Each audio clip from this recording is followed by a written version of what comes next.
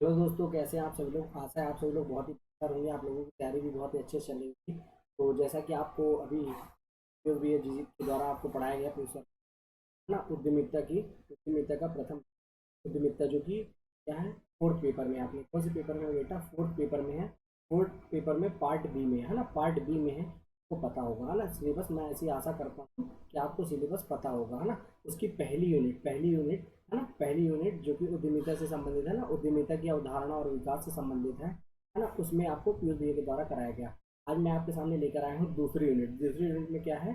इसमें है प्रबंधन है ना, उद्यमिता का क्या है अपना प्रबंधन है ना, प्रबंधन अर्थात मैनेजमेंट से संबंधित है ना, संबंधित है किससे? मैनेजमेंट में। अपन लोग क्या देखने वाले हैं? देखो भैया, यूनिट 2 है किसकी? पेपर 4 की है ना, पेपर 4 की पार्ट बी की है। ऐसा लगता है कि आपको जरूर सिलेबस याद होगा। बहरहाल हम इसमें देखेंगे। आज का टॉपिक है अपना कि प्रबंध। प्रबंध क्या होता है अपन जानेंगे है ना, प्रबंध क्या होता है ये जानेंगे अपन लोग। फिर उसके बाद जानेंगे प्रबंध की अवधारणा, अवधारणा अर्थात कॉन्सेप्ट है ना, कॉन्सेप्ट जानेंगे इसके है ना, क्या होता है कॉन्सेप्ट। फिर उसके बाद इसके महत्व के बारे में चर्चा करेंगे कि आखिर इसका महत्व क्या है ना। मैनेजमेंट का, अगर किसी सिस्टम में मैनेजमेंट है ना, किसी उद्यम में मैनेजमेंट है तो उसका क्या फायदा होगा ना, इंपॉर्टेंस क्या है ना। उससे संबंधित क्षेत्र देखेंगे, किस किस क्षेत्र में प्रबंध की आवश्यकता होती है। फिर उसके बाद एक अंतर देखेंगे अपन लोग प्रबंध और प्रशासन में कि what is the difference between है ना मैनेजमेंट एंड एडमिनिस्ट्रेशन। तो अपन लोग ये सारी चीजें आज की क्लास में डिस्कस करने वाले हैं, ठीक है ना, आज की क्लास में डिस्कस करने वाले हैं। एक और है इसमें अलग से टॉपिक है ना, क्रय प्रबंधन एवं सामग्री प्रबंधन है ना, क्रय प्रबंधन है। और उसके साथ ही साथ है आपका कौन सा बेटा? सामग्री प्रबंधन है ना। तो उसको भी अपन लोग आज ही डिस्कस कर लेंगे।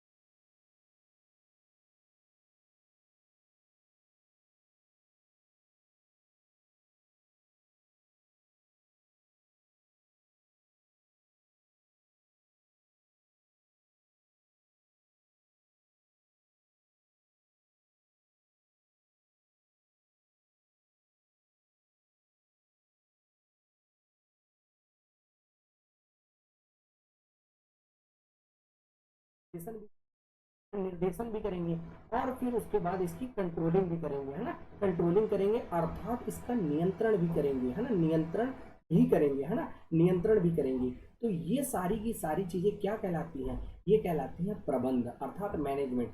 जिसमें क्या किया जाता है? देखो बेटा, प्रबंध में नेतृत्व किया जाता है। नेतृत्व के साथ इसमें क्या रहेगा? सामान्य लक्ष्यों की प्राप्ति के लिए। किसके लिए नेतृत्व? किसके लिए करेंगे? सामान्य लक्ष्यों की प्राप्ति के लिए। अब ये जो लक्ष्य की प्राप्ति करेगा कौन? तो मानवीय प्रयास अर्थात मानव के द्वारा किया जाएगा। जिसमें अपन लोग नियोजन अर्थात प्लानिंग करेंगे, संगठन करेंगे है ना, संगठन बनाएंगे जिसमें अर्थात ऑर्गेनाइजेशन में है ना। उसके बाद निर्देशन करेंगे और उसका नियंत्रण करेंगे। तो ये अपनी परिभाषा हो गई किसकी बेटा?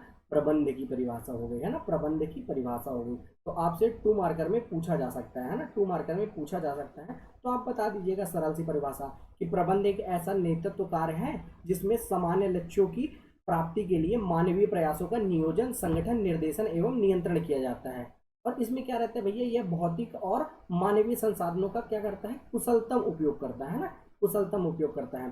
बहरहाल आप देखिए, ये जो नियोजन है, संगठन है, निर्देशन है, नियंत्रण है, ये सारी की सारी चीजें आप आगे जस्ट इसी के बाद सेकेंड यूनिट है उसमें आप पढ़ेंगे प्रबंध के कार्य है ना। तो प्रबंध के जो 8 कार्य दिए हुए हैं ना, प्रबंध के 8 कार्य, उन्हीं में से ये 4 कार्य आपके सामने लिखे हुए हैं। तो इन्हीं का प्रबंध करना ही क्या कहलाता है? प्रबंध कहलाता है ना। इन्हीं से संबंधित क्या कहलाता है? प्रबंध। और प्रबंध के कार्य अपने जस्ट इसके बाद वाली चैप्टर में दिए हुए हैं, तब अपन देख भी लेंगे कार्य। ठीक है, अब आगे की बात चलते हैं। तो ये अपना क्या हो गया? प्रबंध कंप्लीट हो। अब देखते हैं प्रबंध की अवधारणा है ना। प्रबंध की देखो बेटा, जो कॉन्सेप्ट था ना प्रबंध है ना, कॉन्सेप्ट था प्रबंध का। उसमें देखो कॉन्सेप्ट ऑफ मैनेजमेंट जिसे कहते हैं। तो इसके लिए 3 अवधारणा विकसित की गई अर्थात विचारधारा है ना। 3 विचारधारा कौन कौन सी है भैया? एक है परंपरागत दृष्टि, दूसरा है नव परंपरागत और तीसरा है आधुनिक दृष्टिकोण। तो देखो बेटा, डायरेक्ट कॉन्सेप्ट में पूछ के आपसे पूरा का पूरा इसमें कितने नंबर का, डायरेक्ट आपका 11 नंबर का क्वेश्चन पूछा जा सकता है ना। तो उसी हिसाब से फ्रेम करते हैं अपन, और उसके बाद भी आप लोगों से खाली खाली इसको भी पूछ ले सकता है वो 7 नंबर में। बहरहाल अपन लिखते हैं पूरा का पूरा, ठीक है। प्रबंध की अवधारणा, प्रबंध की परिभाषा हमने देख ली है ना। अब देखते हैं प्रबंध का देखते हैं अवधारणा। तो देखो, परंपरागत दृष्टिकोण अर्थात ये है परंपरागत अवधारणा। इसमें देखते हैं अपन लोग वैज्ञानिक प्रबंध का सिद्धांत देखते हैं। कौन सा देखते हैं बेटा? वैज्ञानिक प्रबंध, ठीक है। वैज्ञानिक प्रबंध जिसको किसके द्वारा दिया गया था? वैज्ञानिक प्रबंध के सिद्धांत को दिया गया था बेटा, वैज्ञानिक प्रबंध के सिद्धांत को FW टेलर, बहुत ही ज्यादा फेमस है। आप जब लोक प्रशासन आपके सब्जेक्ट में पहले जुड़ा हुआ था तब भी था वैज्ञानिक प्रबंध का सिद्धांत, जिसे किसने दिया था? FW टेलर के द्वारा। जबकि दूसरा सिद्धांत आता है परंपरागत दृष्टिकोण में प्रशासनिक प्रबंधन, है ना। किसका आता है बेटा? प्रशासनिक प्रबंधन। प्रशासनिक प्रबंध किसने दिया था? हमारे हेनरी फ्योल के द्वारा दिया गया था, है ना। फिर हेनरी फ्योल, इसने संगठन से संबंधित कितने सिद्धांत दिए हैं? 14 सिद्धांत दिए हैं, है ना, 14 सिद्धांत। बहरहाल अभी हम देख रहे हैं परंपरागत दृष्टिकोण में, तो पहला है वैज्ञानिक प्रबंध का सिद्धांत जिसने FW टेलर ने दिया, जबकि प्रशासनिक प्रबंधन का सिद्धांत हेनरी फ्योल ने दिया। जबकि तीसरा सिद्धांत है हमारा तानाशाहात्मक सिद्धांत, है ना, तानाशाहात्मक सिद्धांत, जिसमें तानाशाही की जाती है, वह सिद्धांत दिया था हमारे मैक्स वेबर के द्वारा, है ना, मैक्स वेबर के द्वारा दिया गया। तो इस प्रकार से 3 सिद्धांत दिए गए परंपरागत दृष्टिकोण में। वहीं अब देख लेते हैं हम लोग कि नव परंपरागत दृष्टिकोण में कौन कौन से सिद्धांत दिए गए, है ना, नव परंपरागत दृष्टिकोण में। तो नव परंपरागत दृष्टिकोण में बेटा सबसे पहले दिया गया मानवीय संबंध सिद्धांत, है ना, मानवीय संबंध सिद्धांत। देखा गया, देखो परंपरागत में क्या होता था, इनको एक लाभ कमाना था, संगठन से लाभ कमाना था। अब जब संगठन से लाभ कमाना था तो मानव की इतनी क्षति हो रही है, उनको कुछ मतलब नहीं था, उनको सिर्फ प्रॉफिट से मतलब था कि प्रॉफिट होना चाहिए। चाहे इंसान 24 घंटा जगे, चाहे 18 घंटे जगे, उनको मतलब नहीं, उनको क्या होना चाहिए? बस काम होना चाहिए और प्रॉफिट मिलना चाहिए। जबकि नव परंपरागत में क्या हुआ? मानवीय संबंध दृष्टिकोण बताया गया, किसके द्वारा? एल्टन मेयो के द्वारा, एल्टन मेयो के द्वारा, कि यार इंसानों का भी तो ख्याल रखो, नहीं तो एक समय के बाद क्या होगी? उत्पादकता कम हो जाएगी। तो मानवीय संबंध का सिद्धांत किसने दिया? हमारे एल्टन मेयो ने दिया। फिर उसके बाद दूसरा सिद्धांत आता है इसमें भैया, व्यवहारात्मक विज्ञान दृष्टिकोण, है ना, व्यवहारात्मक, व्यवहारात्मक, है ना, व्यवहारात्मक दृष्टिकोण आया। किसके द्वारा दिया गया भैया? ये 3 लोगों के द्वारा दिया गया। एक मेरी पार्कर फॉलेट, आपने इनका नाम भी सुना होगा। फिर चेस्टर बर्नार्ड, चेस्टर बर्नार्ड, और साथ ही साथ हर्बर्ट साइमन, हर्बर्ट साइमन, ये तीनों लोगों ने दिया कौन सा सिद्धांत भैया? नव परंपरागत दृष्टिकोण में व्यवहारात्मक विज्ञान का सिद्धांत, है ना, व्यवहारात्मक विज्ञान का, अर्थात व्यवहारिक रूप में कितना संगठन से फायदा लिया जाए उसके बारे में बताता है। अभी अपन लोग देखेंगे आगे इससे भी संबंधित जितनी भी सारी चीजें होगी ना, सारी की सारी। बहरहाल तीसरा, तीसरा है हमारा आधुनिक दृष्टिकोण। आधुनिक दृष्टिकोण में हम लोग 2 दृष्टिकोण देखते हैं। एक पहला देखते हैं अपन लोग संख्यात्मक दृष्टिकोण। कौन सा बेटा? संख्यात्मक दृष्टिकोण। इसको किसने दिया था? हमारे सीसी थे, हमारे सीसी, सी और सी चर्चमैन, सी और सी ऐसे याद रख सकते हैं हम, सी चर्चमैन, चर्चमैन के द्वारा संख्यात्मक दृष्टिकोण का सिद्धांत दिया गया। वहीं दूसरा हमारा हुआ कौन सा? प्रणाली दृष्टिकोण। इसमें प्रणाली के रूप में कार्य करना बताया गया, तो प्रणाली दृष्टिकोण आ गया। और तीसरा आ गया आकस्मिकता, है ना, आकस्मिकता है, अर्थात आकस्मिक जो सिचुएशन होगी ना उसमें दिया जाएगा, अर्थात इमरजेंशियल सिचुएशन, अर्थात संयोग का सिद्धांत, है ना, संयोग का सिद्धांत दिया। ठीक है, तो इस प्रकार से आधुनिक दृष्टिकोण। तो परंपरागत में हमने 3 देखा, कौन कौन सा? वैज्ञानिक प्रबंध का सिद्धांत जिसको FW टेलर ने दिया, है ना। फिर प्रशासनिक प्रबंध का सिद्धांत देखा हमने जिसको हेनरी फ्योल ने दिया। जबकि तीसरा देखा हमने तानाशाहात्मक सिद्धांत जिसको मैक्स वेबर के द्वारा दिया गया, सॉरी दोस्तों। फिर उसके बाद आता है हमारा नव परंपरागत दृष्टिकोण। नव परंपरागत में हमने 2 देखा, कौन कौन से 2 देखे हमने भैया? एक मानवीय संबंध, है ना, ह्यूमन रिलेशन थ्योरी, कौन सा भैया? ह्यूमन रिलेशन थ्योरी देखा पहला हमने। दूसरा हमने कौन सा देखा भैया? व्यवहारात्मक, है ना, व्यवहारात्मक विज्ञान का सिद्धांत। तो मानवीय संबंध का सिद्धांत किसने दिया था भैया? ह्यूमन रिलेशन थ्योरी, तो ये दिया था हमारे एल्टन मेयो के द्वारा, है ना, एल्टन मेयो के द्वारा दिया गया। जबकि व्यवहारात्मक विज्ञान का सिद्धांत इसके 3 लोगों के द्वारा, मेरी पार्कर फॉलेट, दूसरा हमारे चेस्टर बर्नार्ड जी, चेस्टर बर्नार्ड, और तीसरे हर्बर्ट साइमन। तो इस प्रकार से हमने देखा ये सारी की सारी चीज। अब देखते हैं भैया हम लोग परंपरागत दृष्टिकोण, है ना, परंपरागत दृष्टिकोण अब विस्तृत रूप से देखते हैं। क्या थी भैया आखिर परंपरागत दृष्टिकोण, है ना, परंपरागत दृष्टिकोण। तो इसमें क्या था? शुरू से मैंने आपको बताया कि इसमें लाभ ही कमाना था। तो पहला देखते हैं अपन लोग वैज्ञानिक प्रबंधन, है ना, वैज्ञानिक प्रबंधन। तो वैज्ञानिक प्रबंधन आप इस प्रकार से फ्रेम करिएगा कि आखिर इसका उद्देश्य क्या था। है ना, वैज्ञानिक प्रबंधन का। तो पहले वाले को देख रहे हैं अपन लोग, किसको, वैज्ञानिक प्रबंधन को। तो वैज्ञानिक प्रबंधन को आपको सबसे पहले बताना होगा बेटा कि इसका उद्देश्य क्या था। तो इसका उद्देश्य बताने के लिए आप बताइएगा कि सर इसका उद्देश्य जो था ना, उद्देश्य जो था क्या करना था, अच्छे से जो श्रम होगा ना, श्रम होगा, श्रम और पूंजी को क्या करेंगे भैया, श्रम और पूंजी को अच्छे से संबंध बताना था, है ना, दोनों के बीच क्या करना था, अच्छे से संबंध बताना था, इसका उद्देश्य था। दूसरा, लागत क्या करनी थी ना, लागत, जो किसी चीज को बनाने में जो लागत है ना न्यूनतम रहे, जबकि जो लाभ हो अर्थात प्रॉफिट जो हो ना वो अधिकतम रहे, है ना। भाई कोई भी संगठन में यही चाहता है यार कि कुछ भी चीज हम बनाए उसकी लागत कम रहे जबकि वो बिके ज्यादा, है ना, बिके ज्यादा और उत्पादन उसका क्या हो, अधिक हो। लगाए हम कम और उसका प्रॉफिट ज़्यादा हो। कोई भी इंसान हो भाई बिजनेस करेगा तो ये तो सोचेगा ही। फिर तीसरे में क्या हुआ कि ये बोलते हैं कि मानवीय चातुर्य में वृद्धि हो, है ना, मानवीय चातुर्य अर्थात मानवीय मानवों पे जो अंगूठे, जो पुराना अंगूठा का नियम था ना, अल्टीमेटली वही बात की जा रही है कि मानव काम तो करे लेकिन ज़्यादा से ज़्यादा क्या हो, संस्था को प्रॉफिट कराने का काम करे अर्थात लाभ देने का काम करे, ठीक है। फिर उसके बाद कार्य करने में क्या करना है, लगा समय आखिर देखना है। देखो इसमें पता चल गया, मैनेजमेंट जो था ना, प्रबंधक जो था, उसको पता चल गया किसी कार्य को करने में कितना समय लगता है। तो वो अब निगरानी रखने लगा। निगरानी किस पे रखने लगा, मजदूरों पे, कि आखिर भाई मजदूर कितना काम कर रहा है, उसको उस हिसाब से पैसे देने चाहिए कि नहीं। तो अर्थात वो देखने लग गया कि किसी कार्य को करने में कितना समय लग रहा है। तो उसको इनने एक टर्म बोल दिया, इसको प्रमापीकरण बोल दिया। हाँ, प्रमापीकरण, प्रमापीकरण अर्थात मापने लगे भैया समय को, कितना काम कर रहे हैं, कितना अच्छे से काम कर रहे हैं। तो ये सारी चीजों को देखते हैं किसमें, इनके उद्देश्य में। तो वैज्ञानिक प्रबंधन के आशा है आपको उद्देश्य समझ में आए होंगे।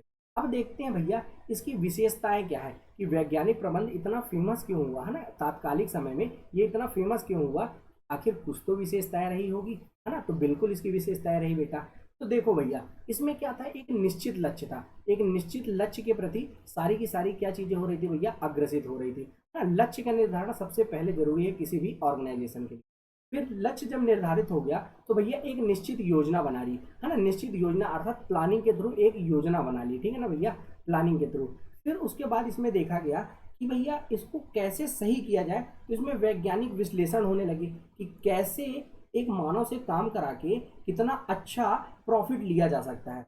तो इसमें क्या होने लगे, बहुत सारे प्रयोग होने लगे, है ना। तो आप देखेंगे इसी कड़ी में आपको हार्थोन प्रयोग भी देखने को मिलेगा आगे, है ना, हार्थोन प्रयोग जब किस में देखने को मिलेगा, मानवीय संबंध में, किसने, एल्टन में ने दिया था, वो आगे देखेंगे, है ना। फिर उसके बाद अपना इसकी विशेषताएं देखें तो इसमें नियमों का समूह था।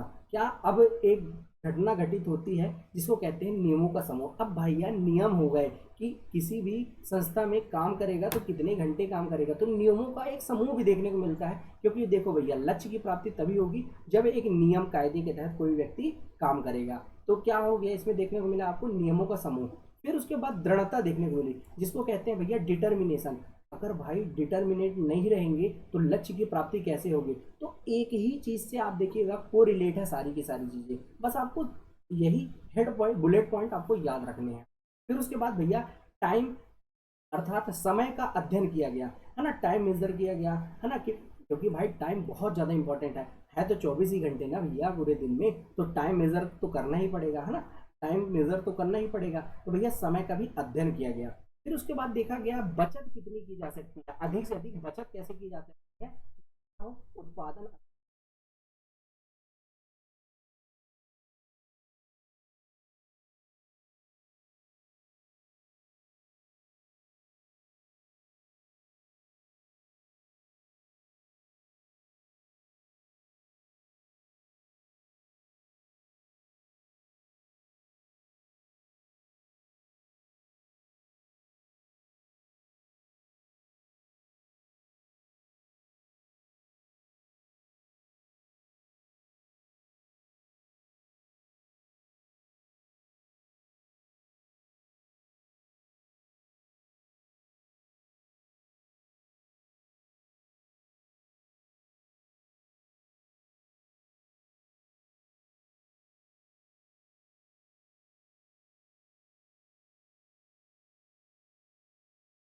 देखा समझता है। अब देख वैज्ञानिक प्रबंध का सिद्धांत, जिसके लिए अपन लोग ये सारी चीजें बात कर रहे थे। तो भैया सिद्धांत का प्रतिपादन तो आप लोगों ने बता दिया। ब्लू भैया अब देखते हैं व्याख्या के रूप में। तो भैया कार्य का वैज्ञानिक अध्ययन किया गया। अब इसमें क्या किया गया भैया, सबसे इंपॉर्टेंट चीज है कि कार्य का भैया वैज्ञानिक रूप से, क्योंकि इसका नाम ही है वैज्ञानिक प्रबंधन, तो वैज्ञानिक रूप से क्या किया गया, वैज्ञानिक रूप से इसका अध्ययन किया गया है ना, अध्ययन किया गया और इसको नियोजन किया गया है ना, अध्ययन और नियोजन किया गया। वहीं दूसरे रूप में इसका क्या किया गया, इस सिद्धांत में, इस सिद्धांत में किया गया श्रमिकों का जो चुनाव होगा ना, श्रमिकों का जो चुनाव होगा भैया वैज्ञानिक है ना, वैज्ञानिक चुनाव होगा, अर्थात वैज्ञानिक तरीके से चुनाव होगा, जिसमें देखा जाएगा भैया उसकी कार्य कुशलता कितनी है ना, उसके बाद उसकी पारिश्रमिक अर्थात उसकी वेजेस निर्धारित किए जाएंगे भैया, पारिश्रमिक अर्थात उसके वेजेस, उसको कितना पैसा दिया जाना है, ये सारी की सारी चीजें इसी में निर्धारित की गई, अर्थात इसी सिद्धांत के तहत। फिर उसके बाद प्रमापीकरण, प्रमापीकरण का मैंने आपको पिछले समय में बताया था कि भैया मैनेजमेंट को पता हो गया किससे कितना काम लेना है, कौन कितना काम करता था, कर रहा है कि नहीं कर रहा, तो ये कौन देखेगा भैया, मैनेजमेंट ही तो देखेगा, अर्थात प्रबंध ही देखेगा। फिर उसके बाद इसमें एक और इम्पॉर्टेंट चीज है, प्रशासकीय पुनर्गठन किया गया, अर्थात मैं इसको सरल भाषा में कहूँ आपसे तो क्रियात्मक संगठन किया गया, अर्थात क्रियात्मक संगठन में देखा गया कि कौन कितना काम करता है ना, कौन कितना काम करता है, अर्थात उसकी इफेक्टिवनेस कितनी है। फिर उसके बाद देखा गया कि भैया इनकी मानसिक क्रांति, अर्थात इनमें मानसिक रूप से किस प्रकार से परिवर्तन आ रहा है। तो ये सारी की सारी चीजें किसमें देखी गई भैया, वैज्ञानिक प्रबंधन के सिद्धांत में। इस प्रकार से परंपरागत दृष्टिकोण का आपका वैज्ञानिक प्रबंधन क्या हुआ, कंप्लीट हुआ। अब देखते हैं अपन लोग भैया दूसरा अपना कौन सा है भैया, प्रशासकीय प्रबंधन है ना, प्रशासकीय प्रबंधन। अब भैया प्रशासकीय प्रबंधन को तो सबसे पहले दिया किसने, आपसे पूछेगा तो बता देना भैया, हेनरी फेयोल ने दिया। आपके आंसर में 4 चांद लग जाएगी अगर आप इनकी बुक का नाम बता देंगे। तो इनकी 2 बुक है बेटा जिसमें इनके प्रशासकीय प्रबंधन का जानकारी मिलती है, जिसमें आप पहली बुक का नाम तो बता दीजिएगा, general general and industrial management है ना, जनरल एंड इंडस्ट्रियल मैनेजमेंट है ना, इंडस्ट्रियल मैनेजमेंट की एक किताब लिखी, इसमें मिलता है। और एक और पुस्तक है इनकी, theory of administration in the state, theory of the administration in the state. तो आप ये दोनों पुस्तक का नाम उल्लेख कर सकते हैं। तो आपका क्या होगा, उत्तर में 4 चांद लग जाएगी भैया। बहरहाल है ना, फ्योल के द्वारा दिया गया जो प्रशासनिक सिद्धांत था उसके बारे में आगे देखते हैं। तो भैया फ्योल ने बोला इससे संबंधित कितने सिद्धांत है, संगठन से संबंधित 14 सिद्धांत है ना, 14 सिद्धांत। अब देखो इसने ये जो 14 सिद्धांत बताए ना भैया, आप इसी को याद रखिएगा, क्योंकि प्रबंध के कार्य में ना, जो प्रबंध का कार्य जो अगली चैप्टर में है, इसी यूनिट के अगले चैप्टर में है प्रबंध का कार्य। तो प्रबंध में भैया इनने 8 कार्य दिए हुए हैं एमबीपीएससी ने, जबकि फ्योल ने कितने कार्य बताया भैया, 14। तो आप निश्चित रूप से मानिए इन 14 में से ही तो होंगे भैया वो 8। तो बिल्कुल यहीं पास से देख लीजिए। बहरहाल अपन देखते हैं कौन कौन से 14 सिद्धांत दिए इनने, है ना। तो देखिए पहला सिद्धांत इनने दिया कि कार्य विभाजन, अर्थात जो कार्य का विभाजन होगा ना, कि कौन व्यक्ति कौन श्रमिक कितना कार्य करेगा, इसने इन्होंने ही बोला, किसने भैया, फ्योल ने ही बोला कि संगठन में कार्य विभाजन किया जाना चाहिए, तभी क्या होगी, दक्षता आएगी है ना, दक्षता आएगी। फिर इन्होंने बोला कि प्राधिकरण होना चाहिए है ना भैया, क्या होना चाहिए, प्राधिकरण होना चाहिए, ये भी इनने एक सिद्धांत बताया। फिर उसके बाद बताया इनने संगठन में क्या होना चाहिए भैया, अनुशासन होना चाहिए, अनुशासन के बिना कोई भी कार्य करना संभव नहीं है। फिर उनने बोला कि आदेश की एकता होनी चाहिए, अर्थात जब हायर ऑफिशियल कुछ कह रहे हो है ना, उसको क्या होनी चाहिए, मान रखना चाहिए, आदेश की एकता, अर्थात सभी के द्वारा उस आदेश का पालन करना चाहिए, इसका मतलब ये है आदेश की। फिर 5वां इन्होंने बोला कि निर्देश की एकता होनी चाहिए, निर्देश भी अगर कोई करे तो उसको सभी लोगों के द्वारा फॉलो किया जाना चाहिए। फिर इनने बोला कि पारिश्रमिक, अर्थात सभी व्यक्तियों की क्या होनी चाहिए। फिर इनने और भी बोला केंद्रीकरण होना चाहिए, केंद्रीकरण, केंद्रीकरण, पद सोपान चाहिए, पद सोपान, सीढ़ी नुमा आकृति में सभी के सभी उच्च अधिकारी से कनिष्ठ अधिकारी तक ऐसी पद सोपान की व्यवस्था होनी चाहिए। फिर इनने बोला, 9वें के रूप में इनने बोला कि आदेश होना चाहिए है ना, आदेश, आदेश है ना, आदेश होना चाहिए। फिर इनने कहा कि इक्विटी होनी चाहिए, इक्विटी है ना, इक्विटी से संबंधित भी इनने सिद्धांत दिया। फिर इनने कहा कि पहल होना चाहिए किसी भी संगठन में। पहल के बाद इनने कहा सहयोग की भावना होना चाहिए, कि भैया सहयोग नहीं करेंगे श्रमिक एक दूसरे के साथ तो लक्ष्य की प्राप्ति कैसे होगी, हमने प्रबंध की परिभाषा में ही देखा है भैया, लक्ष्य की प्राप्ति के लिए किसके द्वारा, मानवीय सहयोग के द्वारा, हमने परिभाषा में देखा था ना। फिर उसके बाद उनका नियोजन करना, नियंत्रण करना संगठन में, यही तो कहलाता है भैया प्रबंध। तो बस परिभाषा को आप मत भूलिए, सारी चीजें वहीं इर्द गिर्द ही घूमती रहेंगी। फिर 13वां में इनने कहा कि कार्मिकों के कार्य कार्यकाल में क्या होना चाहिए, स्थिरता होना चाहिए। जो श्रमिक है ना, वो जो कार्यकाल होना चाहिए ना उनका स्थिर होना चाहिए। उनको पता तो होना चाहिए भैया कितने समय के लिए वो काम कर रहे हैं ऑर्गेनाइजेशन में। उनको गैर पता ही नहीं है कि भैया वो 1 दिन के लिए, 2 दिन के लिए, 6 महीने के लिए, तो भैया वो कैसे काम करेगा। भाई उनकी मेंटेलिटी पता होना चाहिए ना उनको, कितने पैसे मिलने वाले हैं, इतने समय तक है, तो स्थिरता बनी रहेगी। फिर 14वें सिद्धांत के रूप में इन्होंने कहा कि व्यक्तिगत हितों के स्थान पर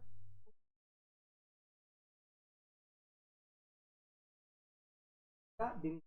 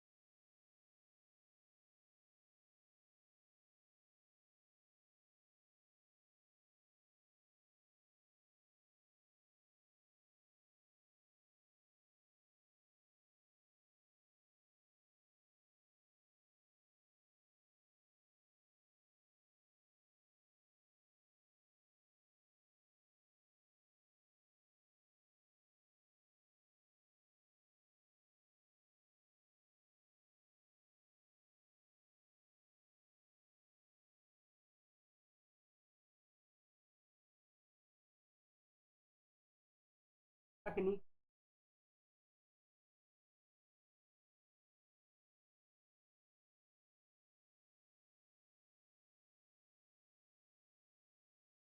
को लेखांकन ने कहा जो होना चाहिए, उन्होंने यही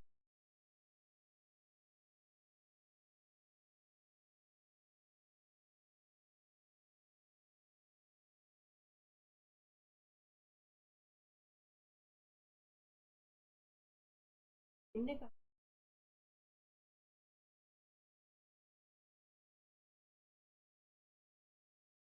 एक व्यक्ति को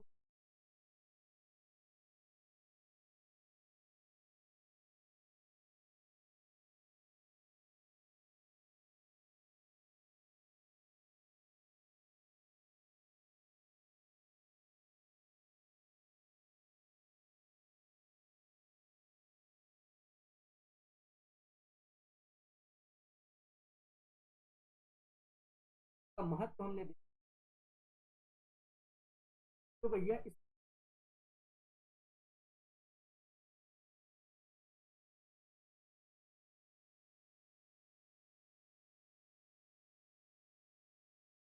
क्योंकि तो मानव संबंध दृष्टिकोण आएगा, फिर व्यवहारात्मक दृष्टिकोण आएगा, फिर आधुनिक संकल्पना आएगी, तो हम देखेंगे कि कितनी जो हमारे दिए गए देखते जाएंगे। तो भैया क्या था, ये सीमित अध्याय पर आधारित और भी कहीं के कारण इनकी आलोचना होती है। इसलिए कि सिद्धांत संगठन का मशीनीकरण करते हैं। भैया ये मशीनीकरण पे ही तो जोर दे रहे थे। भैया इंसान को क्या बोलते हैं भैया, अंगूठा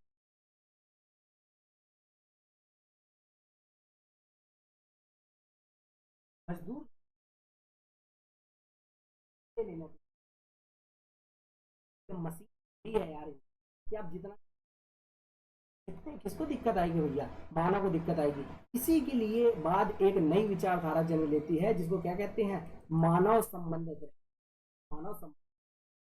परंपरागत में क्या है ना भैया, मानव को समझा जाता है इंसान, जबकि मानव को मानव समझा जाएगा भैया किसमें, आगे की हमारी विचारधारा जिसको नव परंपरा, नव परंपरा हर ताना में कुछ नहीं जाती, क्योंकि भैया लेना है तो तानाशाही के दम पे लेंगे। बस यही पूछा जाएगा आपसे कि किसके द्वारा दिया गया, तो आप बताइएगा कि मैक्स वेबर के द्वारा दिया गया तानाशाहात्मक प्रबंधन का सिद्धांत, है ना, किसके द्वारा, मैक्स वेबर के द्वारा। तो इस प्रकार से आशा है कि आपको परंपरागत दृष्टिकोण समझ में आया होगा।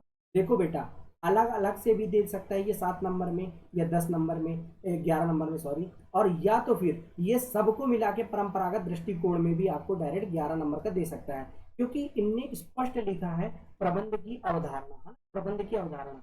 और पीएससी का पैटर्न यही रहा है, जो सिलेबस में दिया है एज इट इज वैसा ही पूछो, ठीक है ना, एज इट इज वैसा ही पूछो। बहरहाल हम देखते हैं हम नव परंपरागत दृष्टिकोण। अब नव परंपरागत दृष्टिकोण क्या है भैया, है ना, नव परंपरागत दृष्टिकोण। अब अपन ने देखा था, मैंने आपको पहले ही बताया कि मानव संबंध दृष्टि, मानव संबंध सिद्धांत, है ना, मानव संबंध दृष्टिकोण या सिद्धांत।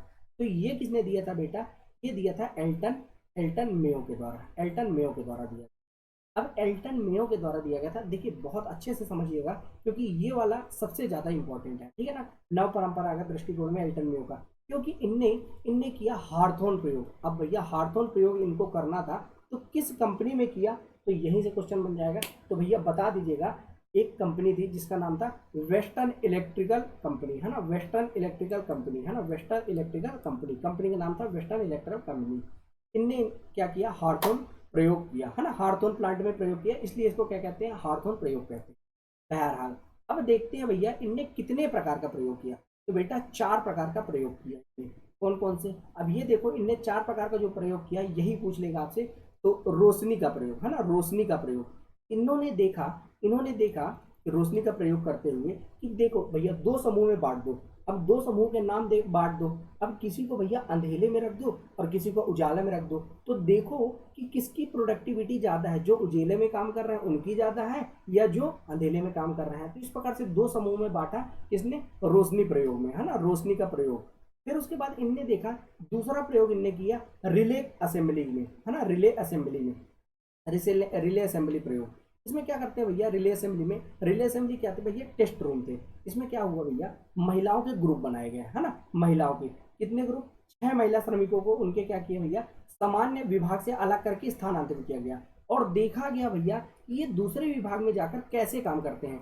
6 महिलाओं के ग्रुप बनाए और उसके बाद इनको भैया जिस विभाग में काम कर रहे थे वहां से स्थानांतरित करके दूसरी जगह भेजा गया और देखा गया भैया यहाँ ये क्या काम कर रहे हैं, कैसे काम कर रहे हैं, इनसे प्रोडक्टिविटी हो रही है कि नहीं हो रही है। इसके लिए क्या किया भैया, इनने रिले असेंबली प्रयोग किया। फिर उसके बाद आता है भैया साक्षात्कार प्रयोग। इनने बहुत सारे लोगों को भैया इंटरव्यू लिया, समथिंग 20,000 लोगों का इंटरव्यू लिया। इंटरव्यू के दौरान इनसे पूछा गया कि भाई आप अपने काम से खुश हो, आपको काम करने में मजा आ रहा है कि नहीं, आपकी खुशी किस चीज में है, कैसा लग रहा है, ये सारे तरह के प्रश्न इन लोगों ने 20,000 लोगों से पूछा। तब इनको समझ में आया कि भैया मानव को क्या भैया, मानव को संबंध है भैया इससे, प्रबंधन से, तभी तो भैया मानव संबंध विचारधारा आई सामने। फिर देखा गया कि मानव का जब तक उसकी संस्था के साथ संबंध नहीं होंगे आप प्रोडक्टिविटी बढ़ा ही नहीं सकते, तभी तो आया भैया मानव संबंध सिद्धांत। बहरहाल चौथा हमारा सिद्धांत आया बैंक वायरिंग का अवलोकन कक्ष, है ना, बैंक वायरिंग, है ना, बैंक वायरिंग का अवलोकन कक्ष का सिद्धांत, है ना, अवलोकन का प्रयोग आया। इसमें क्या हुआ भैया, 14 व्यक्तियों के समूह का अवलोकन किया गया, 14 व्यक्तियों के, है ना, और इसमें देखा कि अनौपचारिक संबंध विकसित हो गए, जैसे जैसे एक साथ काम करने के लिए छोड़ दिया गया बहुत सारे लोगों को। अब भैया मानव है, बात तो करेंगे ना भैया, है ना, बात तो करेंगे, तो बात करेंगे तो इनने देखा कि जब एक दूसरे से ये लोग बात किए तो किस प्रकार का संबंध स्थापित हो गया भैया, अनौपचारिक संबंध स्थापित हो गया, है ना, कैसा अनौपचारिक संबंध, औपचारिक नहीं हो भैया, औपचारिक संबंध तो भैया जैसे मैं आज मान लो आईबीएम कंपनी में हूँ, आईबीएम कंपनी में मैं और लोगों के साथ जो मिला तो वो औपचारिक संबंध के रूप में मिला ना, क्योंकि वो ऑर्गेनाइजेशन है। और यहाँ क्या होगा भैया, अनौपचारिक संबंध इसलिए हो गया क्योंकि अलग अलग क्षेत्र में काम कर रहे थे और व्यक्तियों के समूह का इनको क्या करना था, अवलोकन करना था। तो इन्हें पता किया ये संबंध कैसे विकसित कर रहे हैं, और जब देखा इनने कि साथ में रह रहे हैं एक दूसरे को बिना जाने, तब क्या हो रहा है भैया, ये प्रोडक्टिविटी ज़्यादा कर रहे हैं, क्योंकि पहले नहीं जान रही है किसी को और बस अपने काम पे लगे हुए हैं, तो क्या हुआ भैया, प्रोडक्टिविटी ज़्यादा हुई। इस प्रकार से इनने 4 प्रयोग किए। तो आपका किसी से भी पूछा जा सकता है 2 नंबर में, ठीक है ना। तो आप इन सारी चीज़ों को आशा है याद रखेंगे, है ना। तो रोशनी प्रयोग, रिले असेंबली, है ना, रिले असेंबली टेस्ट रूम कक्ष वाला, फिर उसके बाद साक्षात्कार प्रयोग, और फिर बैंक वायरिंग अवलोकन कक्ष। तो ये सारे के सारे किसने प्रयोग किए भैया, हार्थन प्रयोग ने किए। अब आपसे पूछा जाएगा भैया हार्थन प्रयोग का क्या भैया परिणाम क्या रहा। आखिर हार्थन प्रयोग जो था, है ना, मानवीय संबंध सिद्धांत में, उसका परिणाम पूछेगा आपसे, तो बता दीजिएगा भैया इसके बहुत सारे परिणाम थे, बहुत सारे परिणाम। जैसे क्या बताया इनने कि जो कार्य है ना, कार्य को क्या किया जाएगा भैया, एक समूह के, है ना, एक समूह के रूप में किया जाता है ना, कार्य को, तो वो जल्दी पूरा होता है। और इसने कहा कि कार्य क्या है, समूह की गतिविधि के रूप में जाना जाएगा, है ना। कार्य को सब समूह अर्थात सभी लोगों के साथ मिलके, अकेले तो नहीं कर सकते हो भैया किसी कंपनी का काम। तो जितने मजदूर रहेंगे, पारिश्रमिक क्या बोलते हैं, श्रमिक रहेंगे, जिनको पारिश्रमिक दी जाएगी, वो सारे जब मिल के करेंगे तो क्या होगी भैया, प्रोडक्टिविटी अच्छी होगी। इनको पता चल गया, क्योंकि भाई देखो इनने देखा भैया 14-14 लोगों को, 6-6 लोगों को अलग अलग रख के देख रहे थे भैया सब जगह, और उससे देख रहे थे कि फायदा हो रहा है कि नहीं हो रहा है। भाई कुछ तो दिमाग लगाया होगा ना, कुछ तो दिमाग लगाया होगा, तभी तो रखा भैया। फिर उसके बाद इनने देखा श्रमिकों को, क्या हुआ भैया, श्रमिकों को साथी श्रमिकों के साथ सहयोग और संवाद करना आवश्यक है। जैसे साथी है, अब भाई इंसान एक ही बस में जा रहा है, एक ही संस्था में काम कर रहा है, तो वो अपने अपने जो साथी है ना, साथी अपने साथी के साथ जब तक बात व्यवहार नहीं करेगा ना, बात व्यवहार नहीं करेगा, प्रोडक्टिविटी अच्छी नहीं होगी। तो क्या है भैया, इनके साथ दोनों का क्या है, बात करना और दोनों की सहयोग करना बहुत आवश्यक है। तभी क्या होगा भैया, प्रोडक्टिविटी अच्छी होगी, अर्थात कंपनी को लाभ अच्छा होगा। इससे ही समझ में आया। इनने ये भी देखा कि प्रबंध को सामाजिक कौशल प्राप्त करना चाहिए। प्रबंध को कैसा कौशल प्राप्त करना चाहिए भैया, सामाजिक कौशल प्राप्त करना चाहिए, है ना। प्रबंध को सामाजिक कौशल नहीं प्राप्त करेगा तो ये समाज से हट जाएगा, है ना, समाज से हट जाएगा। इन्होंने और भी चीज बताई कि कार्य योजना के भीतर की स्थितियां व्यक्तिगत श्रमिकों के काम की आदतों और दृष्टिकोण पर मजबूत सामाजिक नियंत्रण का उपयोग करती है। अर्थात मजबूत सामाजिक नियंत्रण का उपयोग किस प्रकार से करती है, देखो भाई एक संस्था में काम कर रहे हैं, दोनों जुड़ गए, तो एक सामाजिक संस्था के रूप में काम करें ना, तो सामाजिक नियंत्रण आ गया इनमें, है ना। क्योंकि भैया आपने बोल दिया, जैसे आप देखेंगे कि बहुत सारी क्रांति आपको बाद में देखने को मिलेगी भैया, मजदूरों का संघ बन गया। क्यों भैया, मजदूरों से एक्स्ट्रा काम करवाया गया और फिर उनको एक्स्ट्रा पैसे नहीं दिए गए। तो इसमें आप देखेंगे आधुनिक रूप में, आधुनिक इतिहास में कि बहुत सारे आंदोलन हुए, है ना, कि तभी तो मजदूर संघ बना। और आज भी मजदूर संघ बहुत बड़ा काम करता है किसी भी इंडस्ट्री के लिए, है ना, किसी भी इंडस्ट्रीज के लिए, अर्थात मजदूरों को उनके अधिकार दिलाने के लिए। इस प्रकार से आप देख सकते हैं इसके परिणाम, है ना, इस प्रकार से इसके देख सकते हैं आप परिणाम। तो ये आपका कंप्लीट हो गया मानव संबंध सिद्धांत। आगे देखते हैं भैया व्यवहारात्मक, है ना, व्यवहारात्मक सिद्धांत। अब व्यवहारात्मक सिद्धांत के बारे में मैंने आपको बताया था ना, व्यवहारात्मक विज्ञान के सिद्धांत के बारे में, कि 3 लोगों ने दिया भैया, है ना, 3 लोगों ने, मेरी पार्कर फालेट ने दिया, मेरी पार्कर फालेट। फिर उसके बाद आप चेस्टर बर्नार्ड का नाम लेना बिल्कुल मत भूलिएगा, और साथ ही साथ हर्बर्ट साइमन, हर्बर्ट साइमन, इन्होंने व्यवहारात्मक, है ना, व्यवहारात्मकवादी सिद्धांत दिया, है ना, व्यवहारात्मक विज्ञान का सिद्धांत। इसमें बताया भैया बहुत सारे विषयों को, बहुत सारे विषयों का एक साथ अध्ययन, अर्थात अंतर विषय प्रकृति है। अर्थात किसी विषय को ना आप अंतर विषय है, मतलब किसी विषय को आप अलग नहीं कर सकते। इनने कहा कि समाज शास्त्र हो, है ना, समाज शास्त्र हो, या मनोविज्ञान हो, सामाजिक मनोविज्ञान हो, नृविज्ञान हो, अर्थात किसी को भी अलग नहीं किया जा सकता। ये क्या है, अंतर विषय दृष्टिकोण है। व्यवहारात्मक विज्ञान का सिद्धांत कैसा है भैया, अंतर विषय दृष्टिकोण है। इसमें इन्होंने बहुत सारी विशेषताएं बताई, है ना। मैं कुछ विशेषताएं आपको बताता हूँ। इनने कहा जो संगठन है ना भैया, जो संगठन है ना, इनने कहा कि जो संगठन है, संगठन में जो व्यक्ति होगा, है ना, व्यक्तियों का वास्तविक व्यवहार से संबंधित है। संगठन में व्यक्तियों के किस व्यवहार से संबंधित है भैया, वास्तविक व्यवहार से संबंधित।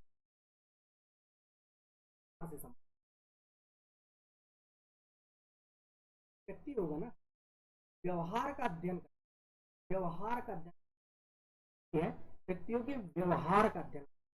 इसी से तो पता चला कि संगठन में जो व्यक्ति है किस रूप में काम कर रहा है, किससे अपने संबंध बढ़ा रहा है, सामाजिक संबंध उसके अच्छे हो रहे हैं कि नहीं हो रहे हैं। तो ये सारे व्यवहारात्मक में अपन लोग व्यवहारात्मक दृष्टिकोण में इसको देखते हैं। साथ ही साथ देखेंगे कि जो संगठन में कर्मचारी है या व्यक्ति है उसमें अनौपचारिक संबंध कैसा है। कैसा देखेंगे भैया कि इसमें अनौपचारिक संबंध कैसा है। संबंध जो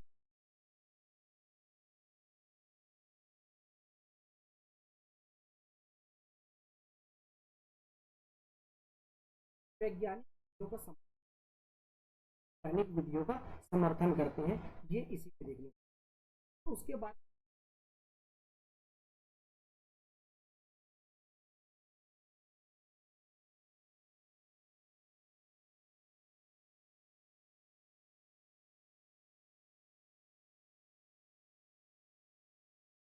प्रेरणा होगा, भी प्रेरणा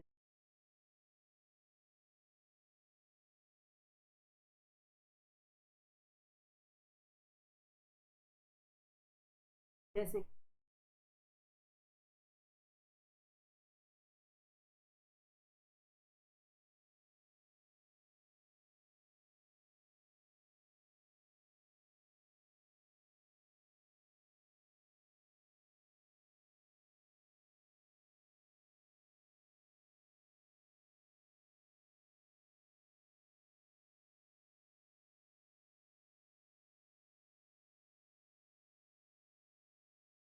सच।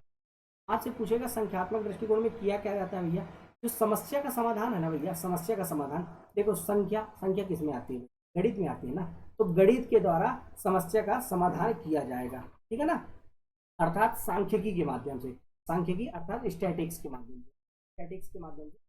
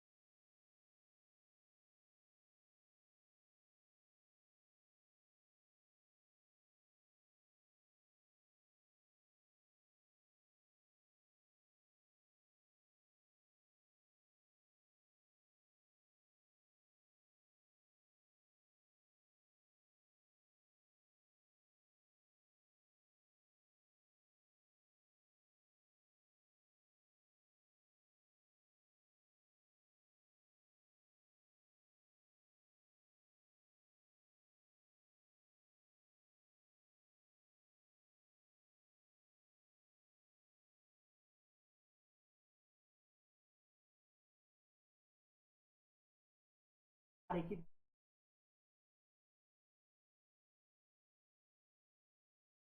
वातावरण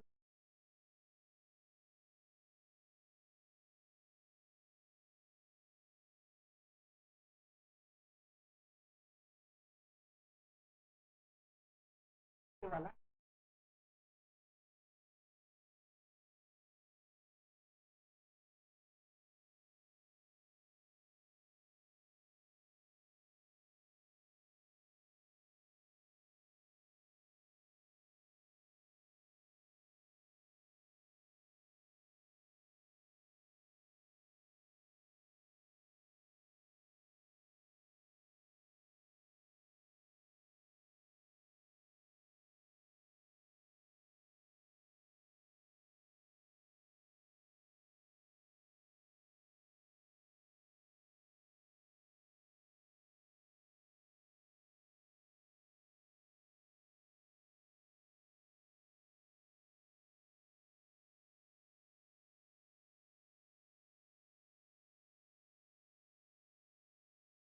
प्रबंध का। फिर अपन को क्या देखना है भैया, इसका क्षेत्र देखना है ना, इसका क्षेत्र देखना, क्योंकि तो अपन देख लेते हैं भैया इसका।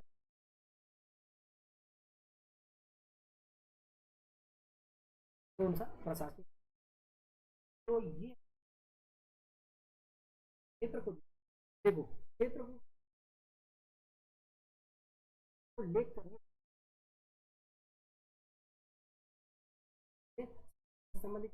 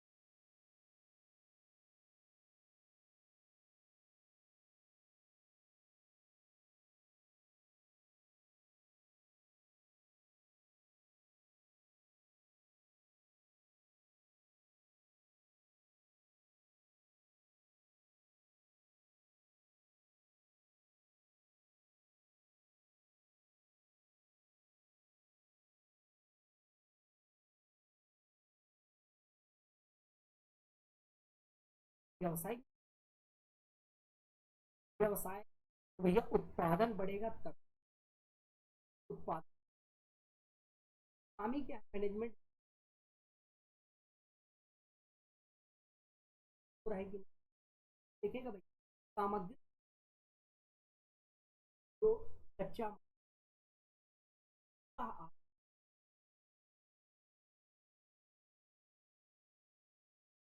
माल ही नहीं रहेगा तो तब अच्छी चीज बनेगी कैसे। तो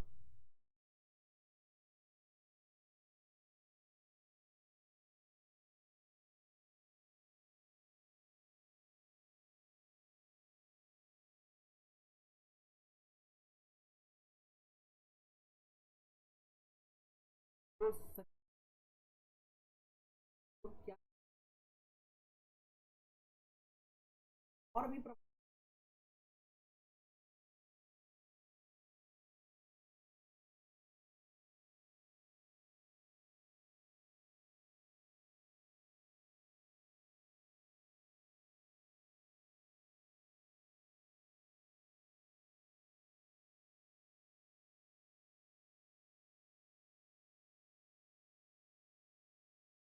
होते,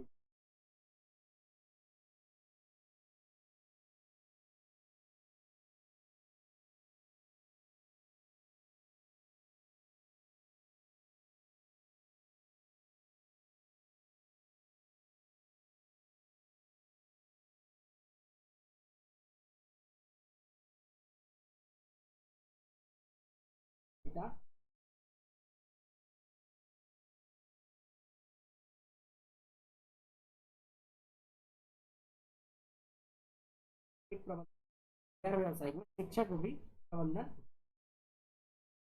है ये कि इसमें प्रतिरक्षा प्रबंध भी होने चाहिए ना, कैसी होनी चाहिए प्रतिरक्षा प्रबंध,